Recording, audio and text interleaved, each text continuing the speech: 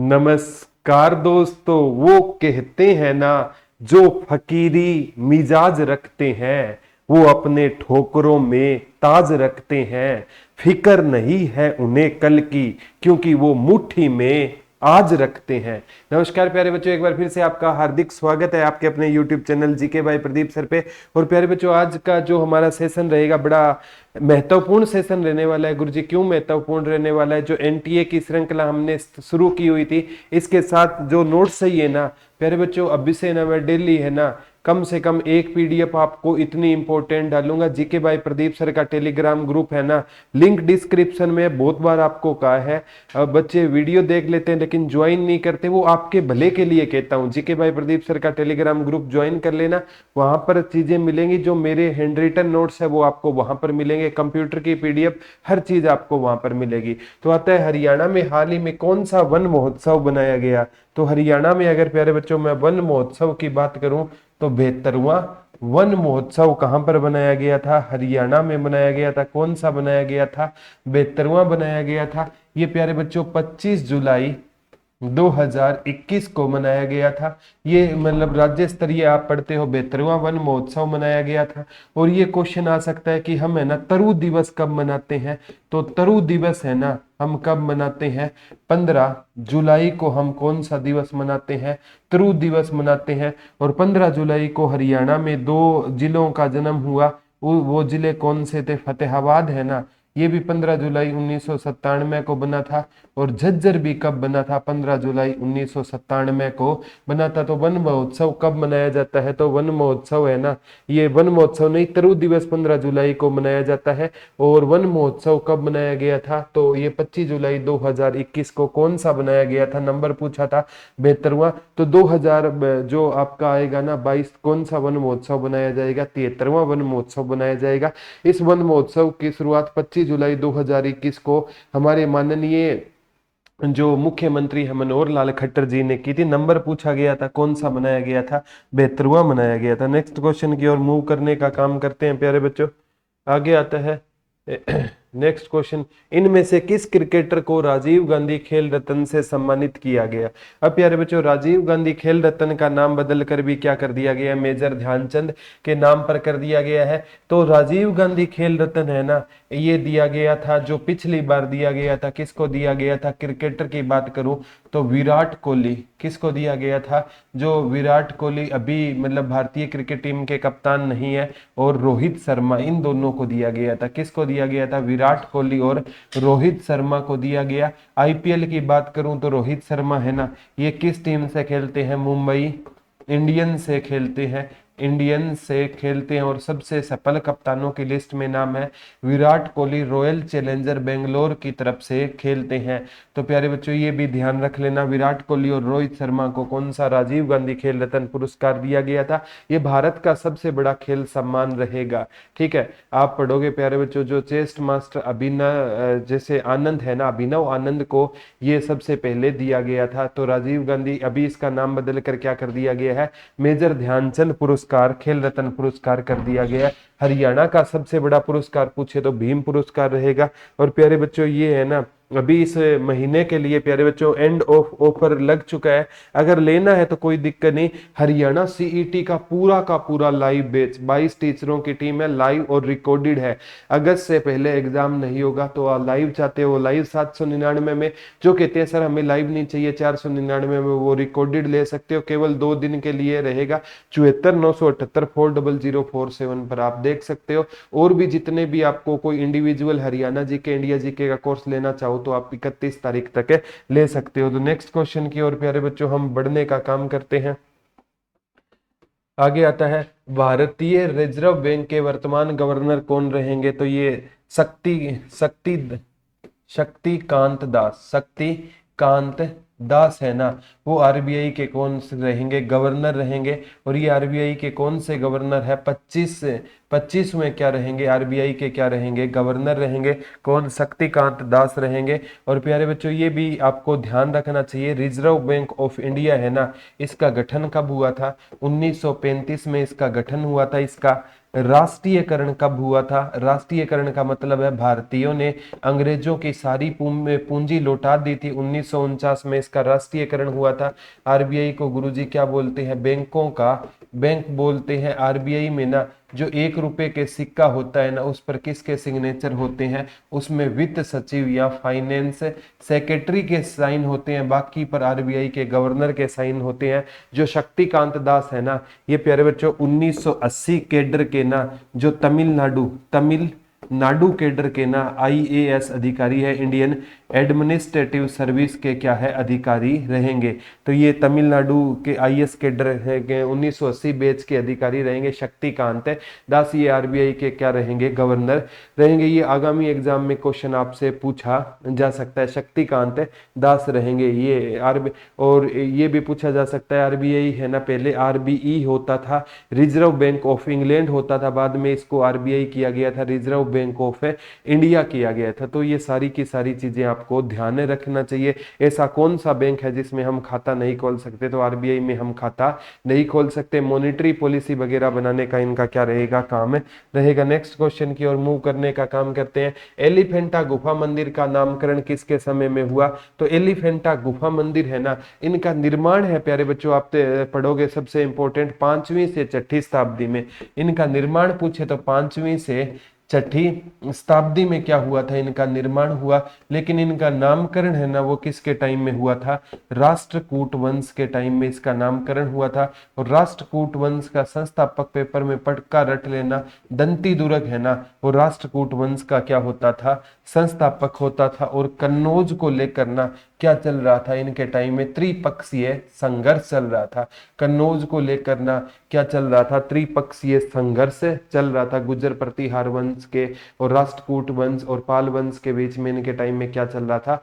मतलब कन्नौज को लेकर त्रिपक्षीय संघर्ष चल रहा था। ये आगामी एग्जाम में भी पूछा जा सकता है। महाराजा हर्षवर्धन की एक राजधानी थानेसर थी, दूसरी कौन सी थी? कन्नौज थी, ये याद रख लेना।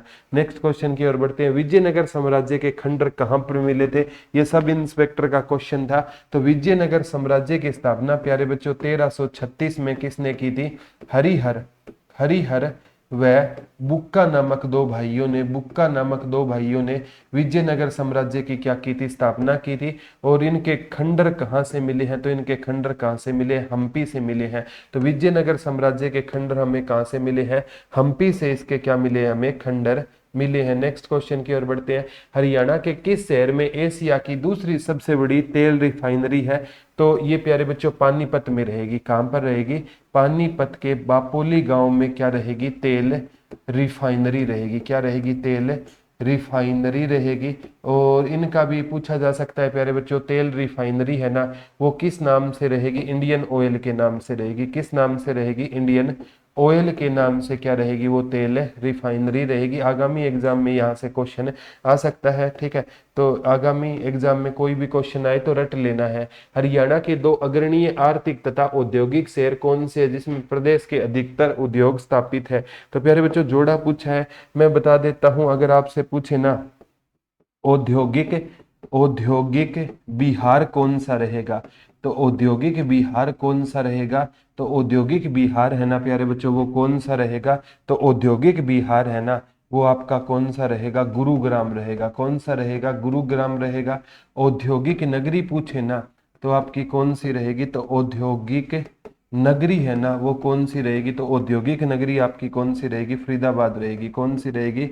औद्योगिक नगरी आपकी कौन सी रहेगी? फरीदाबाद रहेगी। और ये प्यारे बच्चों हरियाणा के दो अग्रणीय शहर पूछे हैं तो जिनमें उद्योगों में नाम आता है, तो पहले पर फरीदाबाद और दूसरे में गुरुग्राम। जोड़ा पूछे तो फरीदाबाद और गुरुग्राम है ना, ये उद्योग में क्या रहेंगे? अग्रणीय स्थान रखते हैं। नेक्स्ट क्वेश्चन की ओर मूव करते हैं। निम्न में हरियाणा का कौन सा बोर्ड खादी उद्योगों के विकास में सहायक है? तो ये प्यारे बच्चों हरियाणा खादी एवं ग्रामीण बोर्ड रहेगा। हरियाणा खादी एवं ग्राम बोर्ड रहेगा। हरियाणा खादी एवं ग्राम बोर्ड है ना, ये विकास में सहायता करता है। और खादी के प्रचलन पर सबसे पहले है ना किस असहयोग आंदोलन में ना सबसे ज्यादा किसका प्रचलन चला था? महात्मा गांधी के खादी का प्रचलन चला था। और महात्मा गांधी ने असहयोग आंदोलन में किसको महत्व को सबसे ज्यादा बताया था? चरखे के महत्व को सबसे ज्यादा बताया था। आगे आता मारुति सुजुकी का पहला कारखाना भारत में कहाँ लगाया गया? बहुत इंपॉर्टेंट है प्यारे बच्चों, मैं बता देता हूँ। एक मारुति है, ये भारत की कंपनी होती थी। कहाँ की कंपनी होती थी? भारत की कंपनी होती थी। और जो सुजुकी होती थी ना, वो कहाँ की कंपनी होती थी? जापान की कंपनी होती थी। टोक्यो जापान की कंपनी होती थी। और इन्होंने जो अपना प्लांट लगाया था वो कहाँ पर लगाया था? गुरुग्राम में लगाया था। या पूछेगा मारुति ने किस देश की सहायता से मारुति सुजुकी प्लांट लगाया? तब आप कहोगे जापान की सहायता से हमने क्या लगाया था? प्लांट लगाया था। जापान वही है प्यारे बच्चों जिसके 6 अगस्त को हिरोशिमा पर और 9 अगस्त को नागासाकी पर से फेटमैन और लिटिल बॉय नामक क्या गिराए गए थे? इस पर बॉम्ब गिराए गए थे। फिर जापान ने क्या कर दिया था? आत्मसमर्पण कर दिया। और अमेरिका कहता था मेरी तमन्ना थी कि मैं इतने ज्यादा परमाणु बम गिराऊं कि जापान का नाम नक्शे से मिटा दूं। तो जापान ने क्या कर लिया था प्यारे बच्चों? आत्मसमर्पण कर लिया था। और 14 या 15 अगस्त के पास आप पढ़ोगे 1945 में जापान ने क्या कर लिया? आत्मसमर्पण कर लिया। और आज भी जापान में गूंगे और क्या पैदा होते हैं? बहरे पैदा होते हैं, क्योंकि परमाणु का रिएक्शन बहुत क्या होता है प्यारे बच्चों? खतरनाक है होता है। तो ये याद रख लेना। और हमारे यहाँ ना जो गोरखपुर में परमाणु संयंत्र लग रहा है ना, आज हम खुश हो रहे हैं। बोला जी एयरपोर्ट लगेगा। और कई कह रहे हैं गुरुजी बोला अंग्रेज नहीं आएगी और मैं वहां पर सेल्फी लूंगा। अरे पागलो, अगर वहां पर रिसाव हो गया था ना, तो हरियाणा वाले तो वैसे ही जुगाड़ू है। तो प्यारे बच्चों परमाणु रिएक्शन बहुत खतरनाक होता है। इसकी एक बार तो फीलिंग के चक्कर में हम इन चीजों को मानते नहीं है, लेकिन पछताना पड़ेगा, ये पक्की गारंटी है। ठीक है, तो कोई भी चीज है ना अपना एडवांटेज और क्या लेकर आती है? डिसएडवांटेज लेकर आती है। तो एज ए टीचर ये चीजें आपको बताना जरूरी है। आगे आता है बिल्ट पेपर मिल एशिया की सबसे बड़ी पेपर मिल है। हरियाणा में कहां पर रहेगी? तो बिल्ट है ना, ये कहां पर रहेगी? यमुनानगर में रहेगी। कहां पर रहेगी? यमुना नगर में रहेगी। और एक बिल्ट फुटबॉल खेल स्टेडियम भी पूछा गया था, बलालपुर बिल्ट फुटबॉल खेल स्टेडियम पूछा गया था। तो बिल्ट फुटबॉल खेल स्टेडियम भी कहां पर हो जाएगा? तो बिल्ट फुटबॉल खेल स्टेडियम भी हरियाणा में कहां पर हो जाएगा? यमुनानगर में हो जाएगा। आगामी एग्जाम में एशिया की सबसे बड़ी शुगर मिल जो 1933 में बनी थी, एशिया की सबसे बड़ी शुगर मिल कौन सी रहेगी? तो ये सरस्वती शुगर मिल है। ये भी कहां पर रहेगी? सरस्वती शुगर मिल भी कहां पर रहेगी? ये भी यमुनानगर में रहेगी। आथी पुनर्स्थापना केंद्र भी कहां पर रहेगा? आपका यमुनानगर में रहेगा। नेक्स्ट क्वेश्चन की ओर बढ़ते हैं। हरियाणा का कौन सा शहर टेक्सटाइल कपड़ा और कॉरपेट के लिए प्रसिद्ध रहेगा? और जिसे बुनकरों का शहर आते ही तो सबको पता है कि बुनकरों का शहर किसे कहते हैं? पानीपत को कहते हैं। किसको कहते हैं? पानीपत को। इसे पेट्रो परिसर भी हरियाणा में कहां पर रहेगा? तो पेट्रो परिसर भी कहां पर रहेगा? पानीपत में रहेगा। वो तेल रिफाइनरी भी कहां पर थी? पानीपत में। बुअली शाह कलंदर की दरगाह भी कहां पर है? पानीपत में। इब्राहिम लोदी का मकबरा भी कहां पर रहेगा? पानीपत में। काबुली बाग मस्जिद भी कहां पर रहेगी? पानीपत में। हाली की दरगाह भी कहां पर रहेगी? पानीपत में। हजारों क्वेश्चन पानीपत से बनेंगे। हरियाणा डिस्ट्रिक्ट वाइज एक एक वीडियो डाली हुई है, 22 के 22 डिस्ट्रिक्ट डाले हुए हैं। शुरू के 10 district lakh plus view cross कर चुके हैं। आपका बहुत ज्यादा डिस्ट्रिक्ट वाली वीडियो में प्यार मिल रहा है। कुछ बच्चे कह रहे हैं सर हरियाणा के 22 के 22 डिस्ट्रिक्ट की सीरीज आपकी बहुत अच्छी थी। आप है ना प्ले लिस्ट में जाना, 22 के 22 डिस्ट्रिक्ट की प्ले लिस्ट देखना, एक से बढ़िया एक डिस्ट्रिक्ट करवाया गया है।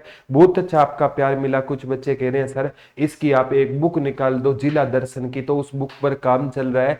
तो हर एक ना जिले की, जैसे पानीपत हो गया, सारा पानीपत का डेटा हो जाएगा। 22 के 22 जिलों की ना आपका प्यार रहा तो बहुत जल्द है ना ये बुक लेकर मार्केट में आएंगे। ठीक है, तो नेक्स्ट क्वेश्चन की ओर बढ़ते हैं प्यारे बच्चों। गुरुग्राम में नया औद्योगिक नगर क्षेत्र स्थापित करने के लिए हरियाणा सरकार ने किसके साथ एमओयू, मेमोर ऑफ अंडरस्टैंडिंग होता है, मेमोरेंडम ऑफ अंडरस्टैंडिंग, ये चाइना लैंड एंड डेवलपमेंट के साथ साइन किया था। किसके साथ साइन किया था? चाइना लैंड एंड डेवलपमेंट के साथ हमने क्या किया था, ये साइन किया था। गुरुग्राम में नया औद्योगिक नगर क्षेत्र विकसित करने के लिए हमने ना उस टाइम किसके साथ, चाइना फॉर्च्यून, ये China Fortune land development, China Fortune land development के साथ हमने क्या किया था, समझौता किया था। China Fortune, China Fortune land and development के साथ हमने क्या किया था, साइन किया था। कोविड से पहले की क्या है ये बात है। और बाद में तो टिकटॉक वगैरह क्या कर दिए गए थे, बैन कर दिए गए थे। भारत का केंद्रीय वैज्ञानिक उपकरण संगठन कहां पर रहेगा? अगर भारत की बात हो रही है तो भारत का केंद्रीय वैज्ञानिक उपकरण संगठन कहां पर रहेगा? चंडीगढ़ में रहेगा। और चंडी मंदिर भी पूछे ना, चंडी मंदिर भी कहां पर रहेगा? तो चंडी मंदिर भी कहां पर रहेगा?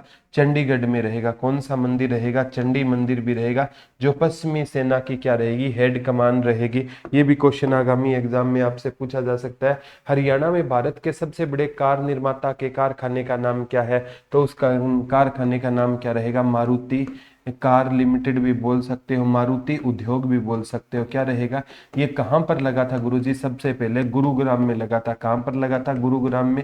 और जो सोहना विंटेज कार रैली, जो पुराने कारों की रैली है, सोहना विंटेज कार रैली का भी आयोजन कहाँ पर किया जाता है? तो उन कार रैली का आयोजन भी कहाँ पर किया जाता है? गुरुग्राम में किया जाता है। नेक्स्ट क्वेश्चन की ओर बढ़ते हैं प्यारे बच्चों।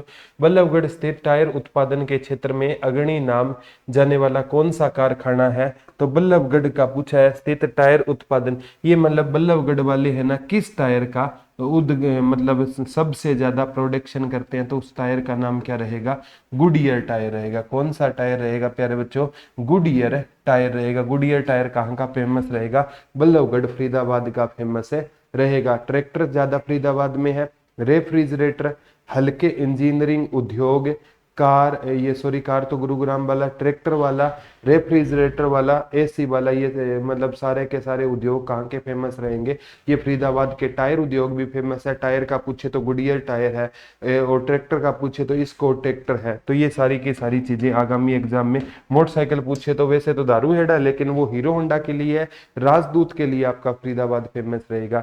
नारनौल में सतनामी विद्रोह किसके शासनकाल में हुआ? तो सतनामी विद्रोह प्यारे बच्चों 1672 ईस्वी में नारनौल में सतनामी विद्रोह हुआ।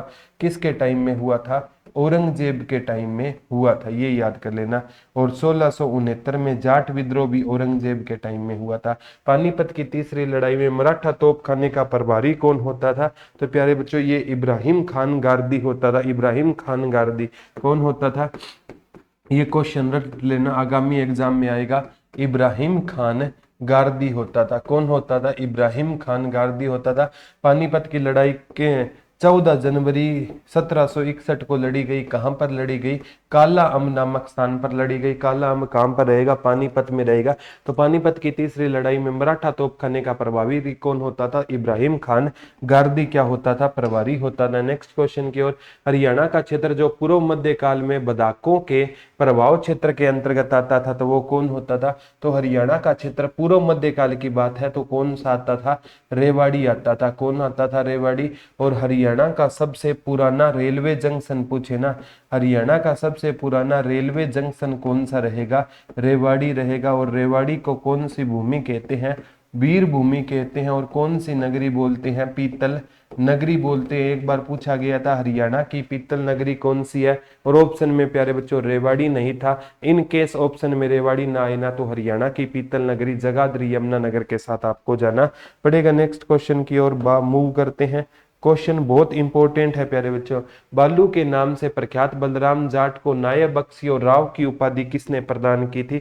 तो बालू के, ये बालू है ना, यहाँ से कैथल में रहेगा। यहाँ से लहसुन की खेती के क्या मिले थे? साक्ष्य से ये पूछा गया था। बालू यहाँ का शासक होता था मोहम्मद शाह। जिसे क्या था, यहाँ का शासक कौन होता था प्यारे बच्चों? मोहम्मद शाह होता था। कौन होता था यहाँ का शासक? मोहम्मद शाह होता था। कौन होता था? मोहम्मद सा होता था। बालू के नाम से प्रख्यात बलराम जाट को नायब बख्शी और राव की उपाधि किसने प्रदान की थी? तो ये प्रदान किसने की थी? मोहम्मद शाह ने प्रदान की थी। आगामी एग्जाम में भी यहाँ से क्वेश्चन है आ सकता है। बालू से हमें ये पेपर में रट लेना, किसके साक्ष्य मिले थे? लहसुन की खेती के क्या मिले थे? साक्ष्य मिले थे। पानीपत की पहली लड़ाई में बाबर की तरफ से निम्नलिखित में कौन सा योद्धा मारा गया? बाबर की ओर से बाबर ने 2 हरियाणा से सुरवीर मारे थे। एक का नाम था मोहन सिंह मंडार को मारा था। मोहन सिंह मंडार है ना, इन किस परंगने से संबंध रखते थे? तो इनका परंगना होता था ना, वो कैथल होता था। एक हसन खां मेवाती जिन्हें बल्ली ए मेवात कहा जाता है, इनको बाबर ने मारने का काम किया। बाबर का एक सेनापति मारा गया था, उस सेनापति का नाम क्या होता था? संघार मारा गया था। पानीपत की पहली लड़ाई में बाबर की ओर से कौन सा योद्धा मारा गया था? संघार मारा गया था। निम्नलिखित में कौन है ना टोडरमल का उत्तराधिकारी था? ये टोडरमल का उत्तराधिकारी पूछ रहा है। टोडरमल अकबर का क्या होता था? नवरत्न होता था। एक मिहिर कुल नामक व्यक्ति होता था जो इसका उत्तराधिकारी होता था। आगामी एग्जाम में रट लेना, मिहिर कुल नामक व्यक्ति है ना। निम्नलिखित में कौन टोडरमल का उत्तराधिकारी होता था? तो मिहिर कुल नामक व्यक्ति है ना, वो टोडरमल के किसके रूप में जाना गया था? उत्तराधिकारी के रूप में जाना गया था। ये अकबर का नवरत्न होता था, भू राजस्व मंत्री होता था, किरोड़ी प्रथा और देहसाल प्रथा का जनक कहा जाता है। आगे आता है पंजाब को ब्रिटिश भारत का नया प्रांत खालिस्तान के बाद घोषित किया गया। दूसरा प्यारे बच्चों जो सिख युद्ध हुआ था ना, दूसरा आंग्ल सिख युद्ध हुआ था। दूसरा आंग्ल सिख युद्ध के बाद है ना, इसको किस युद्ध के बाद? दूसरे आंग्ल सिख युद्ध के बाद है ना पंजाब को नया प्रांत घोषित कर दिया गया। हालांकि हरियाणा का पंजाब का हिस्सा कब बना? 1858 में। 1 नवंबर 1966 तक हरियाणा किसका हिस्सा रहा? पंजाब का हिस्सा रहा। ये प्यारे बच्चों ऑप्शन नहीं है। निम्नलिखित में कौन सा सही कालक्रम है? और ऑप्शन के हिसाब से आप ये पूछना क्या चाहता है, ये ऑप्शन सही नहीं दिए गए हैं इसमें, ठीक है। यानी वो तो किसी का भी पूछ सकता है, ठीक है, वो सीएम का पूछ सकता है। पहली बार जब राष्ट्रपति शासन लगा तो कौन थे सीएम? तो पहली बार कौन थे? बंसीलाल थे। दूसरी बार कौन थे? देवीलाल थे। तीसरी बार कौन थे? भजन लाल थे। तो क्रम पूछा जा सकता है।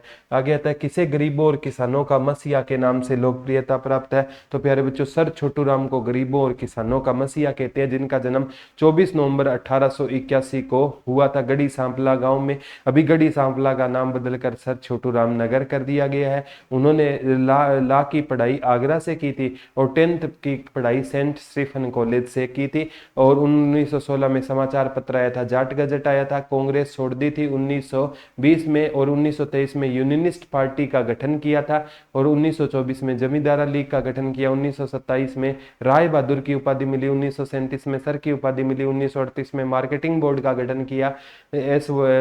आप पूछोगे ना प्यारे बच्चों, सतलुज उसका जनक किसे कहा गया था? भाखड़ा डैम प्रोजेक्ट का जन्म सर छोटू राम को कहा जाता है। हालांकि भाखड़ा के लिए बिलासपुर के राजा से के साथ उनका समझौता हुआ था। पानी उनकी मृत्यु के बाद आया था। 1945 में लाहौर में इनकी क्या हो गई थी? मृत्यु हो गई थी। यह था आज का लेक्चर। कल आपसे दोबारा रूबरू होंगे। और आज का लेक्चर कैसा लगा हर बच्चा कमेंट करके जरूर बताए। तो आज के लिए इतना ही है, कल आपसे दोबारा रूबरू होंगे। तब तक के लिए हंसते रहिए, मुस्कुराते रहिए, अपना और अपनों का ध्यान रखिए। धन्यवाद दोस्तों। जय हिंद, जय भारत, लव यू ऑल।